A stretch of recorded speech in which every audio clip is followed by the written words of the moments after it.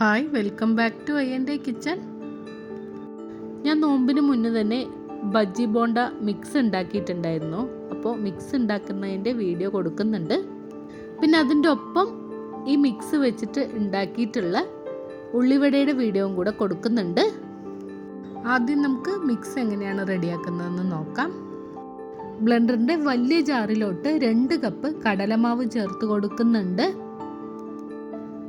ഇപ്പോൾ എൻ്റെ കയ്യിലുള്ള കടലമാവ് കൊണ്ട് മിക്സ് റെഡിയാക്കുകയായിരുന്നു കേട്ടോ. ഇത്രേ ഉണ്ടായിരുന്നുള്ളൂ. ഇനി ഇതിലോട്ട് 1/4 കപ്പ് മൈദപ്പൊടി ചേർത്ത് കൊടുക്കുന്നുണ്ട്. പിന്നെ നമുക്ക് വേണ്ടത് അരിപ്പൊടിയാണ്. നിങ്ങളുടെ കയ്യിൽ ഉള്ള അരിപ്പൊടി എടുക്കാം കേട്ടോ. പക്ഷേ ഞാനിവിടെ ചേർത്ത് കൊടുക്കുന്നത് ഒരു സ്പെഷ്യൽ അരിപ്പൊടിയാണ്.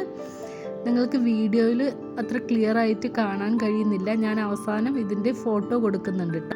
അപ്പോൾ നിങ്ങൾക്കത് കറക്റ്റായിട്ട് മനസ്സിലാക്കാൻ പറ്റും. ഞാൻ അവസാനം പറയാം കേട്ടോ എന്താണെന്ന്. ഇനി ഇതിലോട്ട് 1/4 ടീസ്പൂൺ മഞ്ഞൾപ്പൊടിയും ആവശ്യത്തിന് ഉപ്പ് ചേർത്ത് കൊടുക്കുന്നുണ്ട്. പിന്നെ 1 ടീസ്പൂൺ കാശ്മീരി ചില്ലി പൗഡർ ചേർത്ത് കൊടുക്കുന്നുണ്ട്. 1/2 ടീസ്പൂൺ സോഡ ഉപ്പ് ചേർത്ത് കൊടുക്കുന്നുണ്ട്. അതുപോലെ തന്നെ 1/2 ടീസ്പൂൺ കായപ്പൊടിയും കൂടെ ചേർത്ത് കൊടുക്കാം. ഇതിലുള്ള മെഷർമെൻറ്റ്സ് എല്ലാം ഇതുപോലെ തന്നെ എടുത്ത് നിങ്ങൾ റെഡിയാക്കി നോക്കിട്ടോ. നല്ല പെർഫെക്റ്റ് ആയിട്ട് കിട്ടും. നിങ്ങളുടെ ബജ്ജിയോ ബോണ്ടയോ അങ്ങനെ എന്തായിട്ടും ആണെങ്കിലും നമുക്കിതൊന്ന് നന്നായിട്ട് ബ്ലെൻഡ് ചെയ്തിട്ട് എടുക്കാം. പിന്നെ നമ്മുടെ സ്പെഷ്യൽ അരിപ്പൊടിയുടെ കാര്യം പറയണ്ടേ. നമ്മൾ നൂൽപുട്ടും പത്തിരിയൊക്കെ ഉണ്ടാക്കാനായിട്ട് പച്ചരി നനച്ച് പൊടിച്ച് വറുക്കുമല്ലോ. പിന്നെ നമ്മളത് ചലിക്കുമല്ലോ. അങ്ങനെ ചലിച്ചെടുക്കുമ്പോൾ നമുക്ക് അരിപ്പയിൽ കിട്ടുന്ന പൊടിയാണ് ഈ ബജ്ജി ബോണ്ട മിക്സിനായിട്ട് ഉപയോഗിക്കേണ്ടത്. അപ്പോൾ അത് നന്നായിട്ട് ബ്ലെൻഡ് ചെയ്തിട്ട് എടുത്തപ്പോഴും നമ്മൾ ചേർത്ത അരിപ്പൊടിയുടെ തരിതരിപ്പ് ഈ പൗഡറിലുണ്ട്. അതുകൊണ്ട് തന്നെ ഈ മിക്സ് വെച്ച് നമ്മൾ ഉണ്ടാക്കുന്ന ഐറ്റം നല്ല പെർഫെക്റ്റ് ആയിട്ട് കിട്ടും. അപ്പോൾ നമുക്ക് നമ്മൾ ഉണ്ടാക്കിയ ബജ്ജി ബോണ്ട മിക്സ് വെച്ചിട്ട് ഉള്ളിവട റെഡിയാക്കി നോക്കാം. ഞാൻ ഇതുപോലൊരു ബോട്ടിലാക്കിയിട്ട് വെച്ചിട്ടുണ്ടായിരുന്നു കേട്ടോ.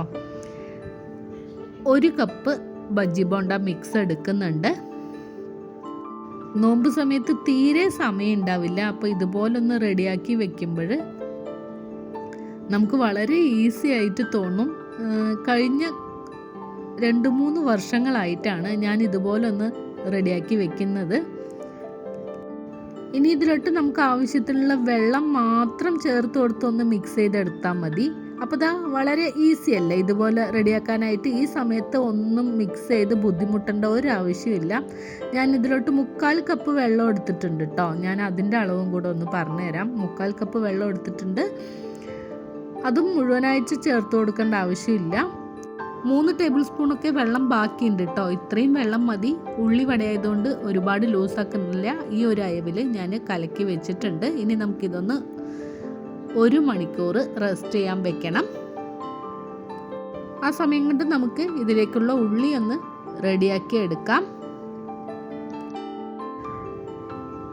പാത്രം നന്നായിട്ട് ചൂടായതിനു ശേഷം വെളിച്ചെണ്ണ ചേർത്ത് കൊടുക്കുന്നുണ്ട്. എന്നിട്ട് ഇതിലോട്ട് 1/4 ടീസ്പൂൺ പെരിഞ്ജീരകം ചേർത്ത് ഒന്ന് പൊട്ടിച്ചതിന് ശേഷം ഞാൻ 3 ചെറിയ സവോള നീളത്തിലരിഞ്ഞതും അല്പം മല്ലിയിലയും കറിവേപ്പിലയും കൂടെ ചേർത്ത് കൊടുത്തിട്ട് സവോള ഒന്ന് ട്രാൻസ്പെറൻ്റ് ആവുന്നത് വരെയും മാത്രം വഴറ്റി കൊടുക്കുന്നുണ്ട്. പിന്നെ ഈ സമയത്ത് നിങ്ങൾക്ക് പച്ചമുളകോ അതുപോലെ തന്നെ പുതിനയോ അങ്ങനെ എന്ത് വേണമെങ്കിലും ചേർത്ത് കൊടുക്കാം കേട്ടോ. പക്ഷെ ഞാനിവിടെ ഇത് മാത്രമേ ചേർത്ത് കൊടുത്തിട്ടുള്ളൂ. നമ്മുടെ ഉള്ളി റെഡിയായി കഴിഞ്ഞു. സ്റ്റൗ ഓഫ് ചെയ്ത് കൊടുക്കുന്നുണ്ട്. ബജ്ജിക്കുള്ള മാവ് റെഡിയാക്കി വെച്ചിട്ട് 1.5 മണിക്കൂറായി. ഞാനതൊന്ന് മിക്സ് ചെയ്ത് കൊടുക്കുന്നുണ്ട്. എന്നിട്ട് നമ്മൾ വഴറ്റി വെച്ചിരിക്കുന്ന സവോള നല്ല ചൂടോടുകൂടെ തന്നെ ഈ മാവിലോട്ട് ചേർത്ത് കൊടുക്കണം. പ്രത്യേകം ശ്രദ്ധിക്കണം കേട്ടോ. നല്ല ചൂടോടുകൂടെ തന്നെ ഇതിലോട്ട് ചേർത്ത് കൊടുത്തിട്ട് അപ്പം തന്നെ നന്നായിട്ട് ഇതൊന്ന് മിക്സ് ചെയ്യുകയും വേണം. അത്യാവശ്യം എണ്ണ ഒഴിച്ചിട്ട് വേണം കേട്ടോ ഉള്ളി ഒന്ന് വഴറ്റിയെടുക്കാനായിട്ട്. പ്രത്യേകം ശ്രദ്ധിക്കണം. നല്ല ചൂടോടുകൂടെ ഇതിലോട്ട് ചേർത്ത് കൊടുത്തിട്ട് ഇതുപോലൊന്ന് നന്നായിട്ട് മിക്സ് ചെയ്തെടുക്കണം. ഉള്ളിയും മാവും നന്നായിട്ട് കമ്പൈനായിട്ട് കിട്ടണം. ഇനി നമുക്കിതൊന്ന് ചുട്ടെടുക്കാം. കൈകൊണ്ട് തന്നെ ഇതുപോലൊന്ന് ഇട്ട് കൊടുത്ത് റെഡിയാക്കി എടുത്താൽ മതി. പിന്നെ ഓരോ തവണ നമ്മൾ മാവ് എടുക്കുമ്പോഴും കൈകൊണ്ട് നല്ലോണം ഒന്ന് മിക്സ് ചെയ്തിട്ട് വേണം ഉള്ളിയോടുകൂടെ ഇതുപോലൊന്ന് എണ്ണയിലോട്ട് ഇട്ട് കൊടുത്തിട്ട് റെഡിയാക്കി എടുക്കാനായിട്ട്.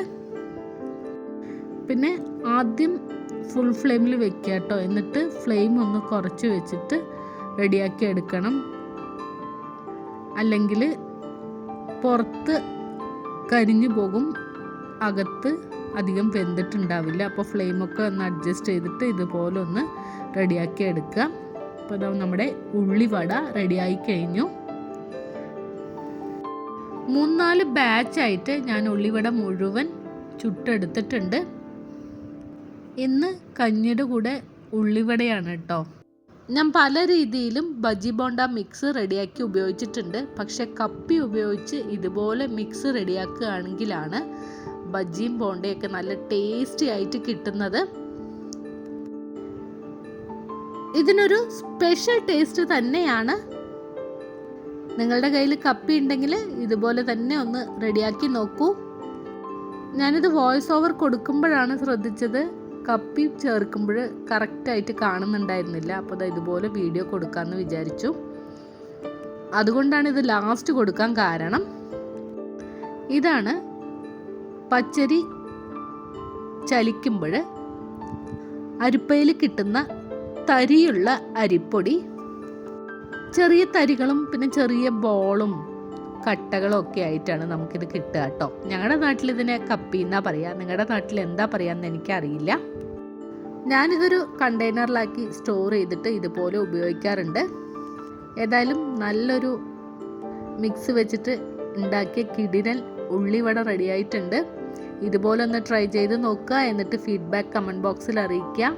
പിന്നെ എപ്പോഴും പറയുന്നത് പോലെ തന്നെ ഈ വീഡിയോ ഇഷ്ടപ്പെട്ട് കഴിഞ്ഞാൽ ഒന്ന് ലൈക്ക് ചെയ്യാൻ നോക്കുക. സബ്സ്ക്രൈബ് ചെയ്യാതെ കാണുന്നവർ സബ്സ്ക്രൈബ് ചെയ്ത് സപ്പോർട്ട് ചെയ്യുക. മറ്റൊരു നല്ല വീഡിയോയുമായി വീണ്ടും കാണാം. അതുവരെയും ബൈ. Thank you.